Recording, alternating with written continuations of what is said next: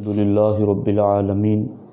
والصلاة والسلام علی سید الانبیاء والمرسلین وعلی آلہ واصحابہ اجمعین اما بعد فاعوذ باللہ من الشیطان الرجیم بسم اللہ الرحمن الرحیم فنادا فی الظلمات لا الہ الا انت سبحانک انی کنت من الظالمین فاستجبنا له ونجیناہ من الغم وکذالک ننجی المؤمنین صدق اللہ العلی العظیم وصدق رسولہ النبی الکریم الصلاة والسلام علیک یا رسول اللہ الصلاة والسلام علیک یا حبیب اللہ الصلاة والسلام علیک یا نبی اللہ وعلی آلک واصحابک یا نور اللہ صلی اللہ تعالی علیہ وسلم۔ دوستان محترم، ایس ڈی آئی مرکز نوری تربیتی سینٹر جمبوسر سے آج کا یہ سنی اجتماع آپ کی خدمت میں پیش کیا جا رہا ہے، اور آج ہماری گفتگو کا موضوع ہے مصیبتیں کیسے دور ہوں۔ قرآن و سنت کی روشنی میں کچھ وظائف کے ساتھ آپ کی خدمت میں چند باتیں عرض کرنے کی کوشش کروں گا۔ آپ دیکھیں، موصل کی سرزمین پر ایک شہر آباد تھا جس کا نام نینوا تھا۔ اس شہر میں جو قوم بستی تھی وہ کفر و شرک اور بت پرستی میں مبتلا تھی۔ اللہ رب العزت نے اس قوم کی رشد و ہدایت کے لیے اپنے جلیل القدر پیغمبر حضرت سیدنا یونس علیہ السلام کو مبعوث فرمایا۔ حضرت یونس علیہ السلام جب اس قوم میں تشریف لائے اور آپ نے اس قوم کو بت پرستی سے روکا، کفر اور شرک سے روکا، تو اس قوم نے آپ کا انکار کیا، آپ کو جھٹلایا، آپ کی تکذیب کی۔ حضرت یونس علیہ السلام نے اس پر انہیں اللہ کی طرف سے آنے والے عذاب کی خبر سنائی کہ اگر تم کفر اور شرک چھوڑ کر، بت پرستی چھوڑ کر ایمان کی طرف نہیں آتے تو ان قریب تم پر عذاب آئے گا۔ بلکہ بعض روایتوں کے مطابق آپ نے صبح ہی کو عذاب کے آنے کی خبر سنائی۔ یونس علیہ السلام جیسے ہی وہاں سے جدا ہوئے، اس قوم نے جمع ہو کر مشورہ کیا کہ یونس علیہ السلام نے آج تک جو بھی ہمیں کہا ہے وہ غلط ثابت نہیں ہوا، بلکہ آپ نے جو بھی کہا ہے وہ ضرور پورا ہوا ہے۔ اس لیے ہمیں اس بات پر نظر رکھنا ہے کہ آج کی رات یونس علیہ السلام ہماری بستی میں رہتے ہیں یا نہیں۔ اگر یونس علیہ السلام ہماری بستی میں آج رات رک جاتے ہیں تو پھر کوئی اندیشہ نہیں، اور اگر وہ ہماری بستی سے نکل جاتے ہیں تو پھر ہمیں عذاب کا خوف ضرور لاحق ہیں۔ اتنا مشورہ کرنے کے بعد جب وہ قوم اپنے اپنے گھروں کی طرف لوٹ گئی، حضرت یونس علیہ السلام رات ہی کو وہ بستی چھوڑ کر کے آپ نکل پڑے۔ صبح کو جب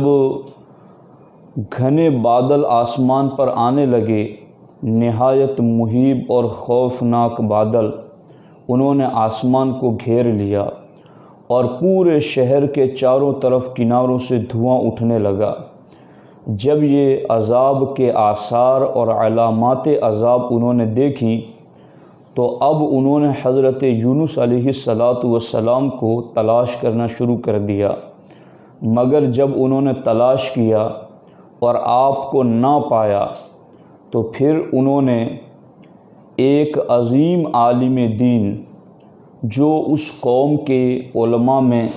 بقیۃ السلف کہے جاتے تھے، اس قوم کے علماء میں سب سے بڑے عالم کہے جاتے تھے، ان کے پاس گئے اور پھر ان کے پاس جا کر کے انہوں نے اپنی حالت زار بیان کرتے ہوئے کہا کہ چونکہ ان العذاب، یہ تاریخ دمشق میں روایت موجود ہیں، ان العذاب لما حبط علی قوم یونس، کہ جب یونس علیہ السلام کی قوم پر آثار عذاب نمودار ہوئے، فمشى ذوی العقول منہم الی شیخ من بقیۃ علمائہم، تو اس قوم کے عقل مند لوگ ایک بزرگ عالم دین کی خدمت میں پہنچے۔ تو اس سے یہ بھی پتہ چلا کہ جب مصیبتیں، تکلیفیں قوم پر آئیں تو انہیں ان مصیبتوں کے دور کرنے کے لیے اپنے علماء کی طرف رجوع کرنا چاہیے، ان سے رہنمائی حاصل کرنی چاہیے اور ان کی بارگاہ میں پہنچ کر کے اللہ اور اللہ کے رسول صلی اللہ تعالیٰ علیہ وسلم کی مرضی دریافت کرنی چاہیے اور ان کی طرف سے ملنے والی رہنمائی دریافت کرنی چاہیے۔ یونس علیہ السلام کی قوم نے جب آثار عذاب کو دیکھا تو پہلا کام جو انہوں نے کیا وہ یہ تھا کہ فَمَشَى ذَوِي الْعُقُولِ مِنْهُمْ إِلَى شَيْخٍ مِّن بَقِيَّةِ عُلَمَائِهِمْ، کہ ان کے علماء میں سے جو ایک بزرگ موجود تھے ان کی خدمت میں عقل مند لوگ گئے اور انہوں نے جا کر کے کہا اِنَّا قَدْ نَزَلَ بِنَا مَا تَرَى، اے عظیم بزرگ آپ دیکھ رہے ہیں کہ ہم پر کیسی مصیبتیں آن پڑی ہیں، فَعَلِّمْنَا دُعَاءً نَدْعُ بِهِ عَسَى اللَّهُ أَن يَرْفَعَ عَنَّا عُقُوبَتَهُ، تو اے عظیم عالم دین آپ ہمیں کوئی ایسی دعا سکھا دیں کہ جس کے وسیلے سے ہم اللہ کی بارگاہ میں دعا کریں، وَعَسَى اللَّهُ أَن يَرْفَعَ عَنَّا عُقُوبَتَهُ، تاکہ اللہ رب العزت ان دعائیہ کلمات کے صدقے میں ہم سے اپنے عقاب کو اور عذاب کو دور فرما دیں۔ جب انہوں نے اس طرح کا وظیفہ مانگا تو حضرت یونس علیہ السلام کی قوم میں جو وہ عظیم بزرگ عالم دین تھے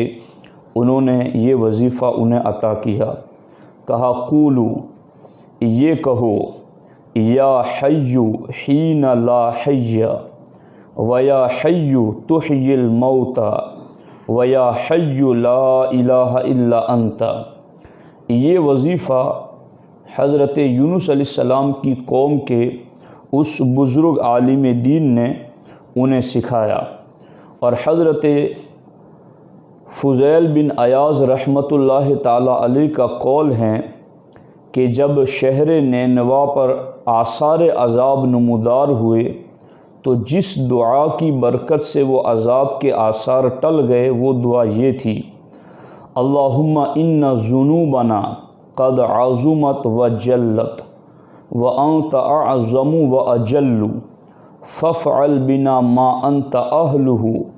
ولا تفعل بنا ما نحن اہلہ۔ یہ دونوں دعائیں اس عظیم بزرگ عالم دین نے اپنی قوم کو سکھائی، اور اس دعا کو سیکھنے کے بعد اس قوم نے کیا کیا، وہ قوم اپنی عورتوں سمیت،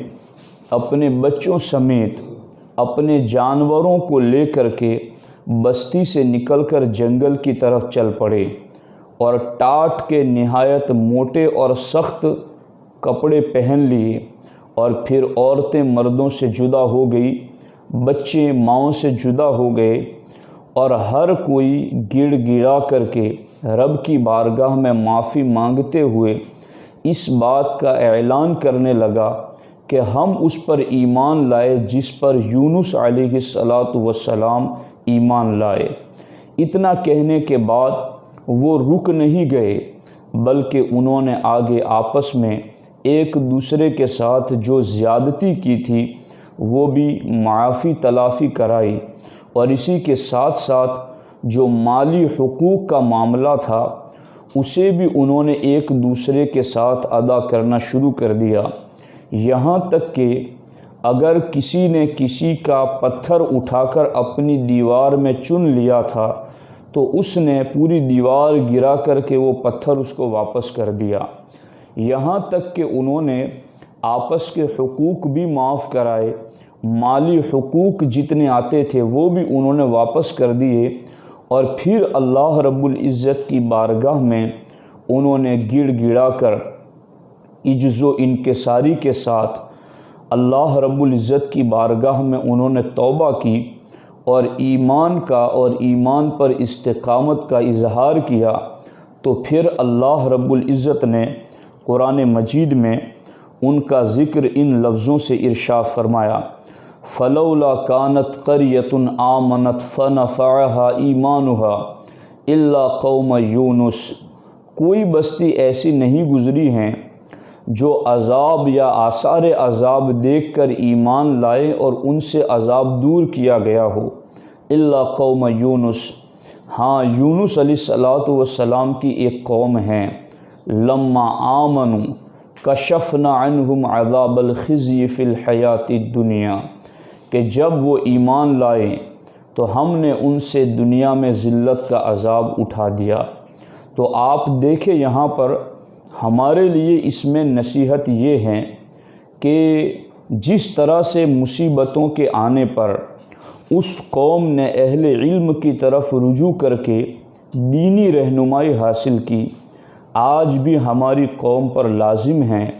کہ وہ ان مصیبتوں میں جب گھر چکے ہیں تو وہ اہل علم، اہل سنت و جماعت کے علماء کے دامن سے وابستہ رہیں اور ان سے شرعی اور دینی رہنمائی حاصل کرتے ہوئے ان مصیبتوں کے حل کی کوشش کریں۔ اور دوسری نصیحت اس میں ہمارے لیے یہ بھی ہے کہ جو دعائیں اس عظیم عالم دین نے سکھائیں وہ دعائیں آپ بھی یاد کر لیں اور ان دعاؤں کو آج بھی آپ اپنا ورد بنائیں، تو اللہ رب العزت کی بارگاہ سے یہی امید ہے کہ جب وہ اتنے بڑے آثار عذاب ان دعاؤں کی برکت سے ٹل گئے ہیں تو آج کے جو آثار عذاب ہیں وہ بھی ان دعاؤں کے صدقے ٹل جائیں گے۔ وہ دعا پھر سے میں عرض کر دیتا ہوں، آپ اسے لکھ لیں،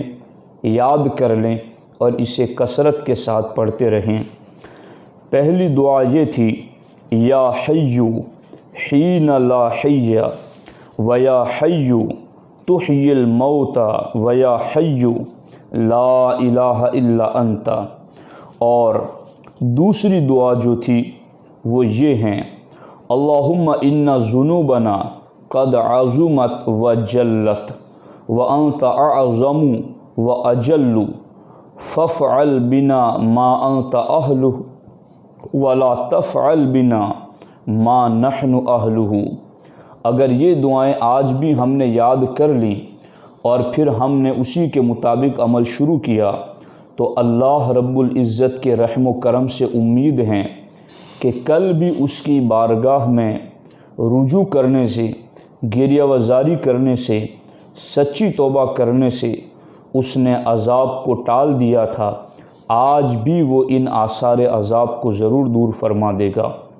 اب آپ یہاں پر دیکھیں، آج ہم میں بھی بہت سارے لوگ توبہ کرتے ہیں، رجوع کرتے ہیں، مگر جو مالی حقوق کا معاملہ ہے اس بارے میں ہم لوگ بہت زیادہ غفلت میں پڑے ہوئے ہیں۔ یعنی ایک ولیہ تو ایسی گزری ہیں کہ جنہوں نے ایک دھاگا جو کسی کی اجازت کے بغیر لیا تھا اسے اپنے کپڑے میں سل لیا اور پھر اس کپڑے کو پہن کے نماز پڑھی تو ان سے نماز کی لذت چھین لی گئی۔ تو جہاں ایک دھاگے کا معاملہ ہے وہاں یہ حشر ہوتا ہے، تو جہاں پورا لباس، جسم میں پوری غذا، ذہن کی سوچ اور یہ سارے معاملات اگر پراگندہ ہے تو پھر آگے ہمیں اس بارے میں سوچنا چاہیے کہ آگے ہماری توبہ کی قبولیت کے لیے راستے کیسے ہموار ہو سکتے ہیں اور اس بارے میں ہم آگے کس طرح سے اللہ کو راضی کر سکتے ہیں۔ اس سلسلے میں سب سے پہلی بات میں جو آپ کی خدمت میں عرض کر رہا ہوں وہ یہی ہے کہ جب آثار عذاب نمودار ہوئے تو یونس علیہ السلام کی قوم نے سچے دل سے توبہ کی،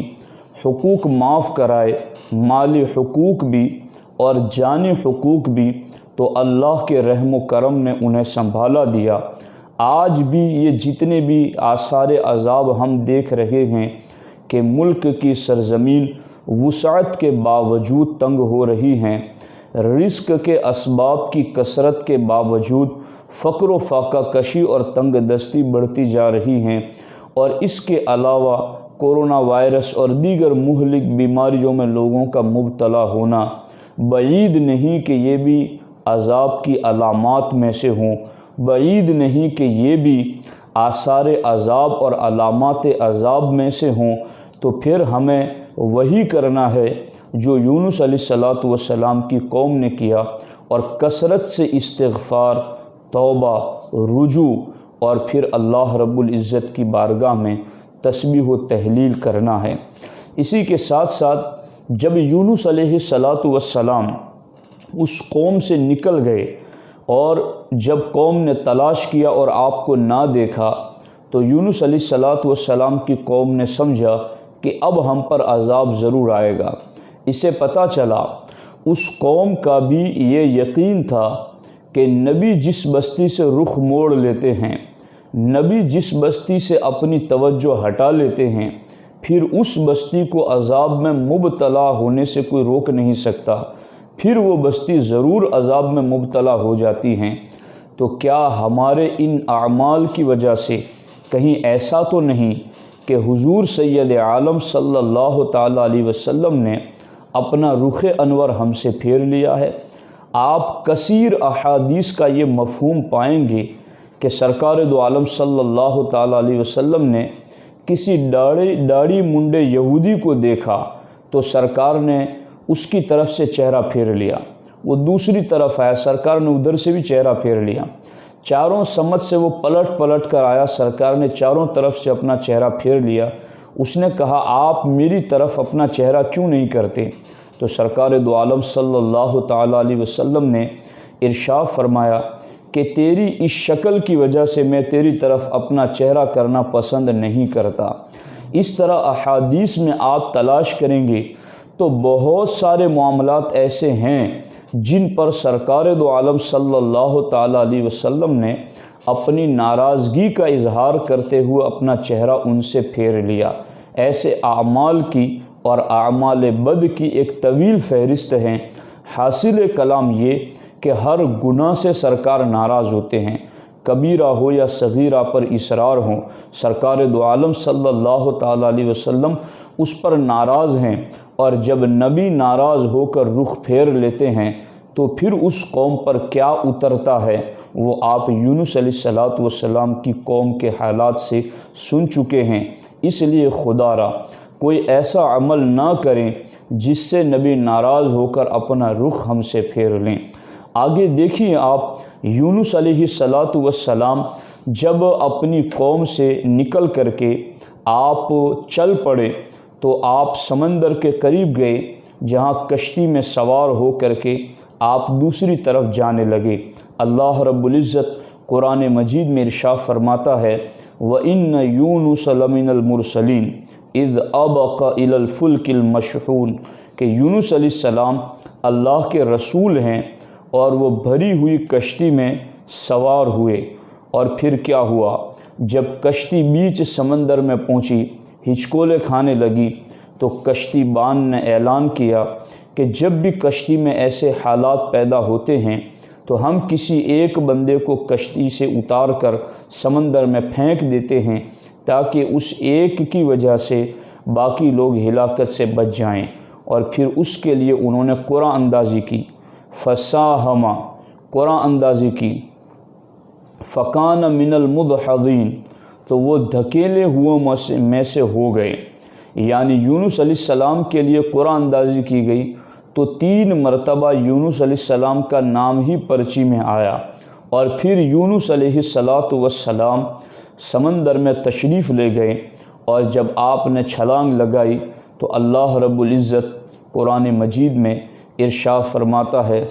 فَالْتَقَمَهُ الْحُوتُ، تو ایک مچھلی نے آپ کو لقمہ بنا لیا، یعنی آپ کو اپنے پیٹ میں داخل کر لیا۔ اللہ رب العزت کے حکم سے مچھلی نے یونس علیہ السلام کے جسم کو کوئی تکلیف نہیں پہنچائی، آپ کا جسم جوں کا توں مچھلی کے پیٹ میں سلامت رہا، اور روایتوں کے مطابق 40 دن تک آپ اس مچھلی کے پیٹ میں رہے، اور 40 دن کے بعد مچھلی نے آپ کو سمندر کے کنارے پر لا کر اگل دیا۔ اب یہاں اہل سنت و جماعت کا یہ عقیدہ بھی آپ سماعت کریں کہ اللہ کے نبی کے جسم کو آسمان و زمین کی کوئی چیز اور کوئی مخلوق کھا نہیں سکتی،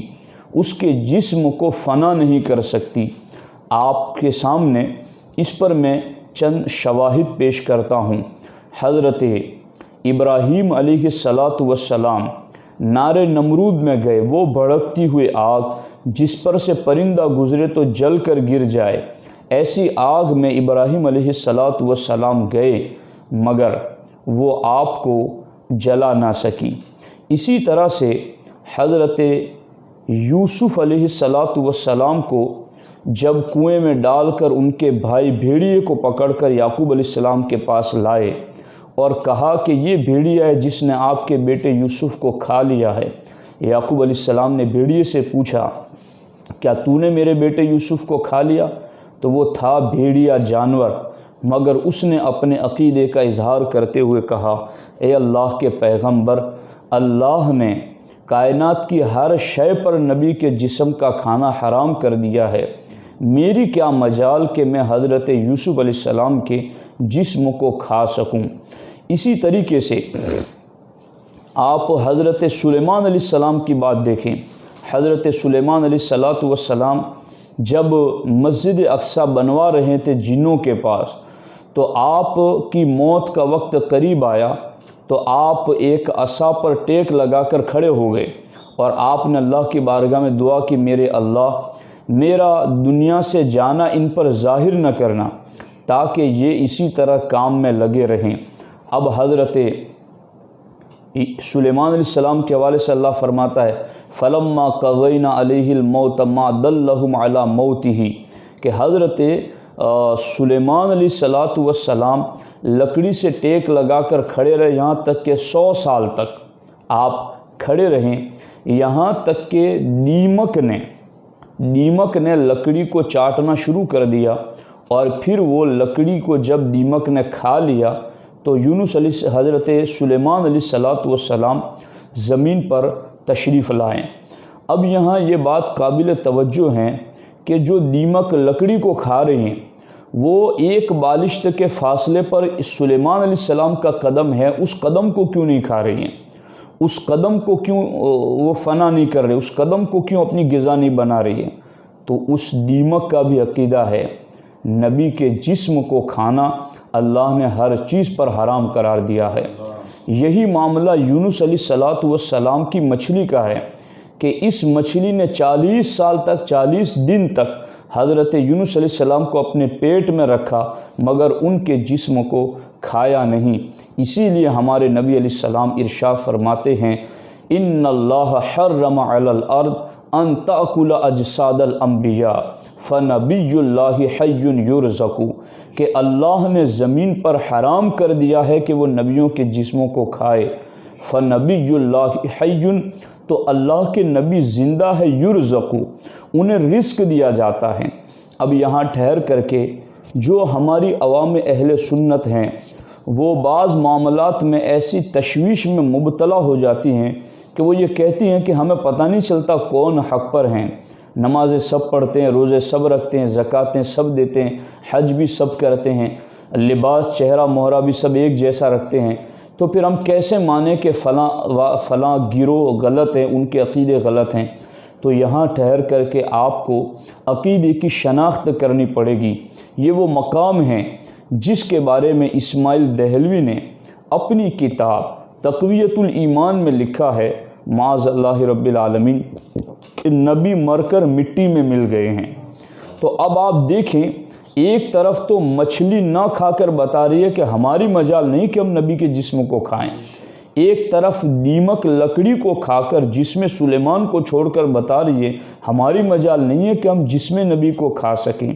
ایک طرف نمرود کی آگ ابراہیم علیہ السلام کو نہ جلا کر بتا رہی ہے ہماری مجال نہیں کہ ہم نبی کے جسم کو کھا سکیں، ایک طرف بھیڑیا جانور یہ بتا رہا ہے کہ ہماری مجال نہیں ہے کہ ہم نبی کے جسم کو کھا سکیں، مگر ایک طرف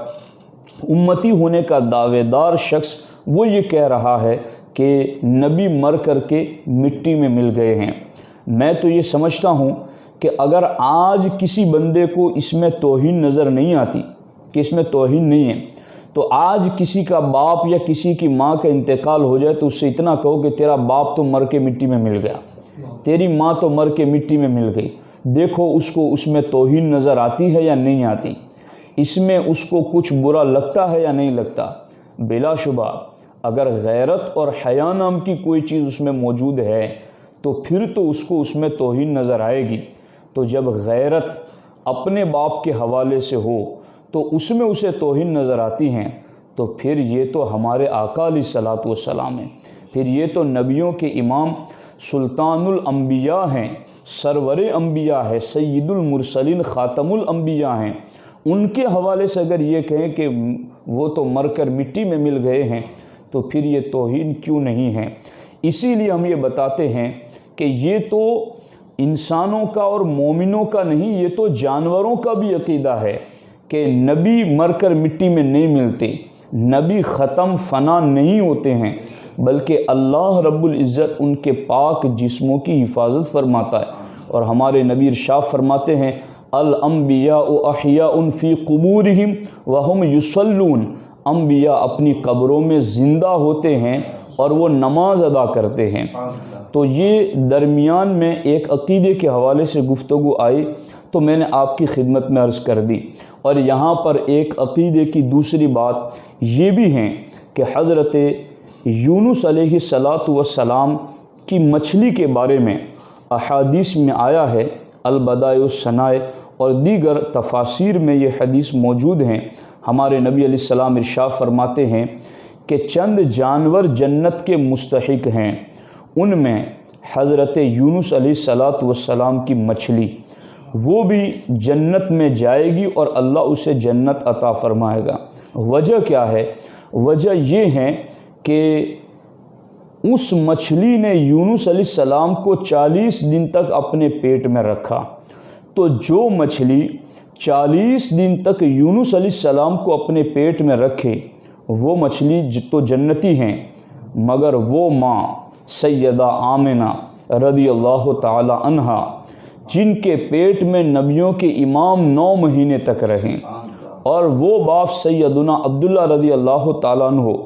جن کے صلب سے آپ منتقل ہوئے، بھلا مچھلی کے پیٹ میں یونس علیہ السلام 40 دن تک رہیں تو وہ مچھلی جانور ہو کر جنتی بن جائیں، تو پھر جس پشت اور جس رحم میں ہمارے نبی علیہ السلام کا نور رہا وہ بھی بالیقین جنتی ہیں۔ اس لیے یہاں پر وہ بدعقیدہ گروہ جنہوں نے یہ باتیں لکھ رکھی ہیں کہ نبی کے والدین معاذ اللہ مشرک تھے اور وہ جہنمی ہیں، اگر آپ کو ہماری باتوں سے کچھ ایسا لگ رہا ہے کہ ہم کوئی زیادتی کر رہے ہیں تو پھر آپ جتنے بھی بدعقیدہ دیوبندی ہو، غیر مقلد ہو، وہابی ہوں، آپ ان سے ایک بار پوچھ لیں کہ نبی کے والدین کے بارے میں آپ کا کیا عقیدہ ہے، کہ کیا وہ مسلمان تھے یا مشرک تھے، وہ جنتی ہیں یا دوزخی ہیں۔ آپ ان سے پوچھیں کہ آپ کی کتابوں میں کیا لکھا ہے، تو واللہ العظیم آپ کو پتہ چلے گا کہ انہوں نے معاذ اللہ رب العالمین ہمارے نبی علیہ الصلوۃ والسلام کے والدین کے حق میں یہ غلیظ الفاظ لکھے ہیں کہ معاذ اللہ رب العالمین یہ جہنمی ہیں اور مشرک تھے اور کفر پر ان کا انتقال ہوا ہے۔ تو یہ بدعقیدہ گروہ ہیں جنہوں نے اس طرح کا عقیدہ اور نظریہ رکھا ہے۔ اب یہاں ٹھہر کر کے میں آگے جو بات آپ کو عرض کرنا چاہتا ہوں وہ یہ ہے کہ یونس علیہ السلام جب مچھلی کے پیٹ میں گئے تو اللہ رب العزت قرآن مجید میں ارشاد فرماتا ہے کہ یونس علیہ السلام مچھلی کے پیٹ سے باہر کیسے آئے. تو اللہ رب العزت قرآن مجید میں ارشاد فرماتا ہے فلولا انہ کان من المسبحین للبث فی بطنہ الی یوم یبعثون. یعنی اگر یونس علیہ السلام تسبیح کرنے والے نہ ہوتے تو ضرور اس مچھلی کے پیٹ میں قیامت کے دن تک رہتے. یعنی اللہ رب العزت فرماتا ہے کہ اگر یونس علیہ السلام مچھلی کے پیٹ میں یا پہلے سے تسبیح کرنے والے نہ ہوتے تو پھر قیامت کے دن اٹھنے تک وہ مچھلی کے پیٹ میں رہتے. تو یہاں پہنچ کر کے ہمارے مفسرین ارشاد فرماتے ہیں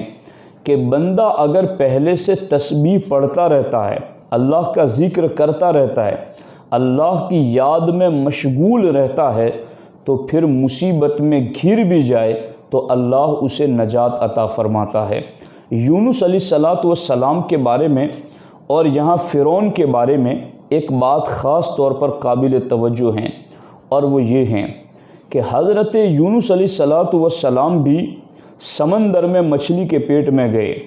اور فرعون بھی سمندر میں ڈوبنے لگا. تو وہاں فرعون بھی یہ کہنے لگا آمنت بہ انہ لا الہ الا الذی آمنت بہ بنو اسرائیل، کہ میں اس ذات پر ایمان لایا جس پر بنی اسرائیل ایمان لائے. اس نے ڈوبتے ہوئے یہ کہا تو اللہ رب العزت نے فرمایا الآن وقد عصیت قبل وکنت من المفسدین. اب تو ایمان لا رہا ہے، وقد عصیت قبل، حالانکہ تو نے پہلے نافرمانیاں کی، وکنت من المفسدین، اور تو فساد مچاتا تھا. تو اب یہاں دو باتیں ہمارے سامنے واضح ہو گئی کہ یہ جو فرعون کہہ رہا تھا کہ میں ایمان لایا، اللہ رب العزت نے فرمایا تو پہلے تو نافرمانی کرتا تھا، تو پہلے تو فساد اور گناہ کیا کرتا تھا، تو اب تیرا ماننا نہ مانا جائے گا. تو پہلے کے گناہ، پہلے کی شرارتیں، پہلے کی بدعقیدگی اور بد عملی، یہ انسان کے لیے قبولیت توبہ میں رکاوٹ ہیں، اللہ کے رحم و کرم کو مائل کرنے میں رکاوٹ ہیں. اور اگر پہلے سے ہی بندہ اللہ کی تسبیح کریں تو جیسا کہ یونس علیہ السلام کے بارے میں اللہ نے فرمایا فلولا انہ کان من المسبحین، اگر وہ پہلے سے تسبیح نہ کرتے ہوتے تو قیامت تک مچھلی کے پیٹ میں رہتے، مگر پہلے سے ان کا تسبیح کرنا یہ ان کا اتنا بڑا کام آیا ان کے لیے کہ ان کے لیے اس سے نجات کا ذریعہ بن گیا. اب یہاں ٹھہر کر کے میں اپنے سامعین کی خدمت میں یہ بات عرض کرنا چاہتا ہوں. اللہ رب العزت فرماتا ہے کہ یونس علیہ السلام فنادا فی الظلمات، اندھیریوں میں آپ نے اللہ کو پکارا. وہ اندھیریاں کون سی تھیں؟ وہ رات کا اندھیرا، وہ سمندر کا اندھیرا، وہ مچھلی کے پیٹ کا اندھیرا. ان تین اندھیروں میں آپ نے اللہ کو پکارا. اور کن لفظوں سے پکارا؟ لا الہ الا انت سبحانک انی کنت من الظالمین. ان لفظوں سے پکارا. تو اب اللہ نے کیا فرمایا؟ فاستجبنا لہ، ہم نے ان کی پکار کو قبول کر لیا. ونجیناہ من الغم، اور ہم نے ان کو غم اور مصیبت سے نجات عطا کر دی. اور پھر اللہ نے آگے قیامت تک کے ایمان والوں کو بشارت دیتے ہوئے فرمایا وَكَذَلِكَ نُنْجِي الْمُؤْمِنِينَ، اسی طرح ہم ایمان والوں کو نجات عطا کرتے ہیں. یعنی آج بھی ایمان والے اگر ظلم کے اندھیرے میں ہیں، گمراہی کے اندھیرے میں ہیں، بد عقیدگی بد عملی کے اندھیرے میں ہیں، اور پھر اس طرح کے سارے اندھیروں میں مبتلا ہیں، اور پھر ان اندھیروں سے وہ نکل جائیں اور پھر وہ اللہ کو ان کلمات کے ساتھ پکاریں، تو اللہ فرماتا وَكَذَلِكَ نُنْجِي الْمُؤْمِنِينَ، جس طرح ہم نے یونس علیہ السلام کو اندھیریوں سے ان کلمات کی برکت سے نجات عطا کر دی، اے ایمان والو ہم تمہیں بھی اسی طرح سے نجات عطا کریں گے. اس سلسلے میں چند روایتیں ہیں جو میں آپ کی خدمت میں عرض کرنا چاہتا ہوں. حضرت سعد بن مالک رضی اللہ تعالیٰ عنہ سے روایت ہیں، ہمارے آقا علیہ السلام نے ارشاد فرمایا کیا میں تمہاری اللہ تعالیٰ کے اس اسم اعظم کی طرف رہنمائی نہ کروں جس کے ساتھ جب بھی دعا کی جائے تو وہ قبول ہو جائے اور جب سوال کیا جائے تو عطا کیا جائے؟ یعنی کیا میں تمہیں اللہ کے اس اسم اعظم کو نہ بتا دوں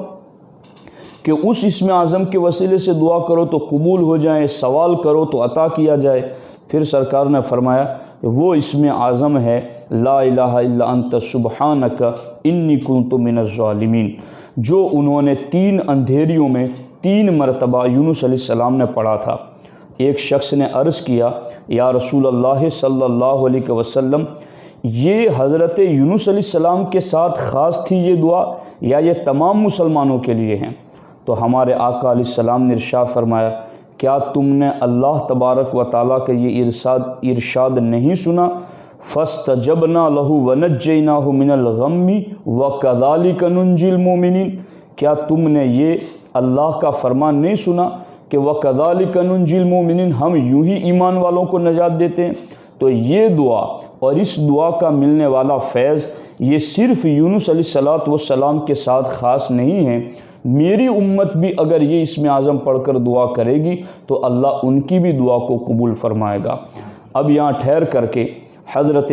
سعد رضی اللہ تعالیٰ عنہ کی یہ روایت بھی آپ سن لیں۔ سرکار ارشاد فرماتے ہیں، حضرت یونس علیہ السلام نے مچھلی کے پیٹ میں جب دعا مانگی تو یہ کلمات کہیں، لا الہ الا انت سبحانک انی کنت من الظالمین۔ جو مسلمان ان کلمات کے ساتھ کسی مقصد کے لیے دعا مانگے گا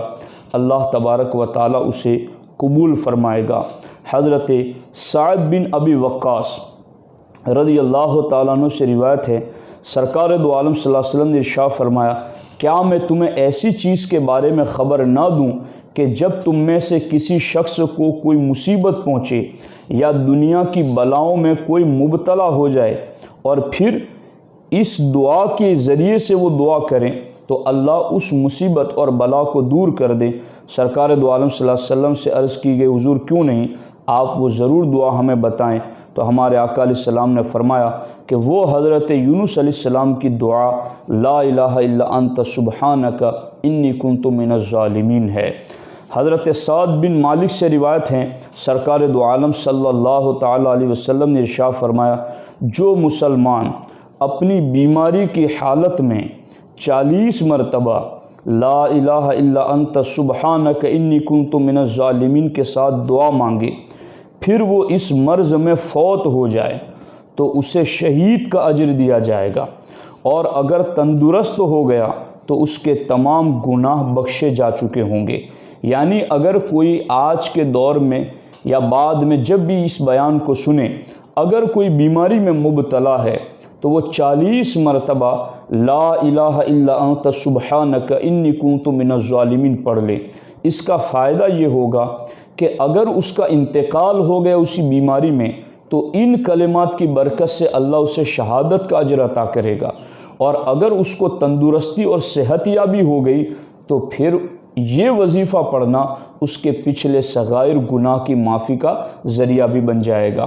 اسی لیے ہمارے آقا حضور سید عالم صلی اللہ تعالیٰ علیہ وسلم نے اس بارے میں امت کو رہنمائی عطا کی ہے کہ وہ ان وظائف کو کثرت سے پڑھتے رہیں۔ یہاں ٹھہر کر کے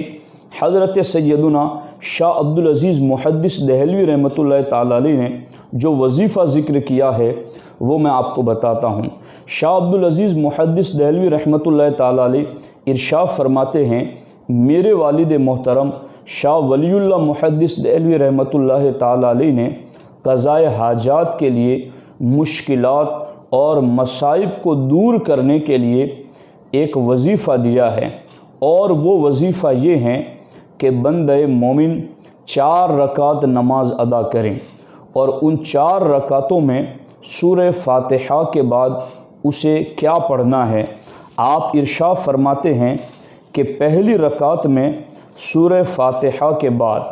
لا الہ الا انت سبحانک انی کنت من الظالمین